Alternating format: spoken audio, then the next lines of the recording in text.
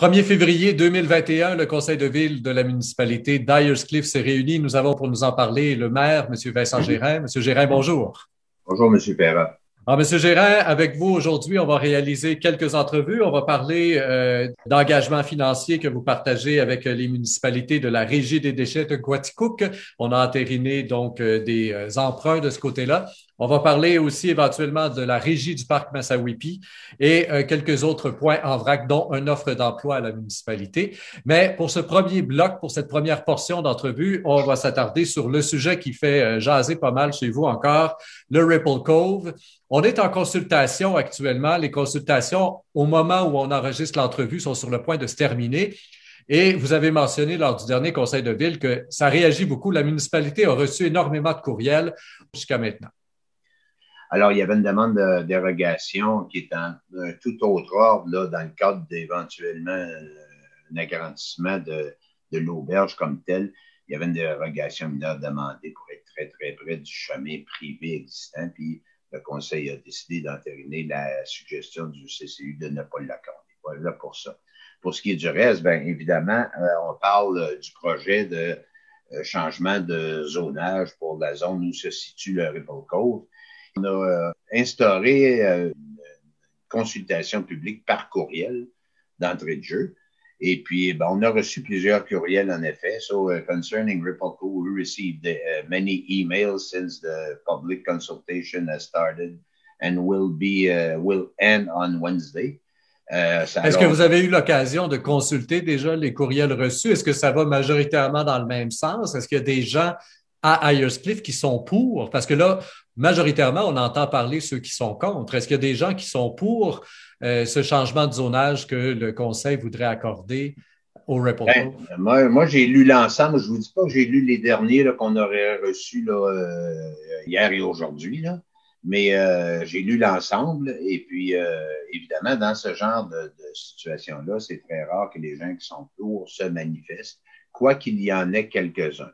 Et beaucoup se disent contre, bien entendu, et quelques-uns aussi, sans dire qu'ils sont pour, posent plus de questions que dire qu'ils sont contre.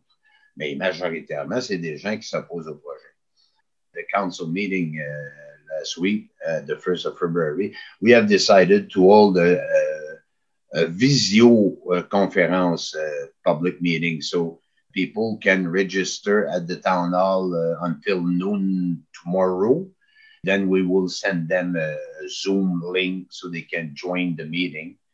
C'est une réunion d'information, bien entendu, aura lieu mardi soir à 5 heures et les gens ont jusqu'à demain midi, mardi, pour écrire à la municipalité et demander d'avoir accès aux liens Zoom qui leur sont envoyés par la suite. Alors, tous les courriels qu'on recevra de gens intéressés à joindre la réunion, bien, recevront un lien Zoom pour s'y joindre. Alors, pour préciser pour les auditeurs là, qui nous écoutent, au moment où on enregistre l'entrevue, nous sommes le 8 février. Donc, si on parle du mardi, eh bien, c'est mardi le 9 février qu'aura lieu cette rencontre. Alors, si vous écoutez évidemment cette entrevue après le 9 février, bien, sachez qu'elle aura déjà eu lieu. Vous pourrez tout simplement peut-être vous informer sur son contenu. Oui, et puis évidemment, on l'a fait. Et puis dans tous les courriels qu'on a reçus, évidemment, il y avait un peu de confusion parce que ça avait été à l'ordre du jour du 1er février entre la dérogation et le projet de règlement de zonage. Alors, c'était deux choses. Alors, il fallait aussi faire dans les courriels, là, il y avait une confusion un peu avec tout ça. Alors, il fallait faire une certaine distinction, un peu élaguer les courriels, si on veut. Pour ce qui est de la dérogation, ben, pour l'instant, c'est réglé, ça a été rejeté, mais pour le reste, évidemment, ce n'est pas réglé.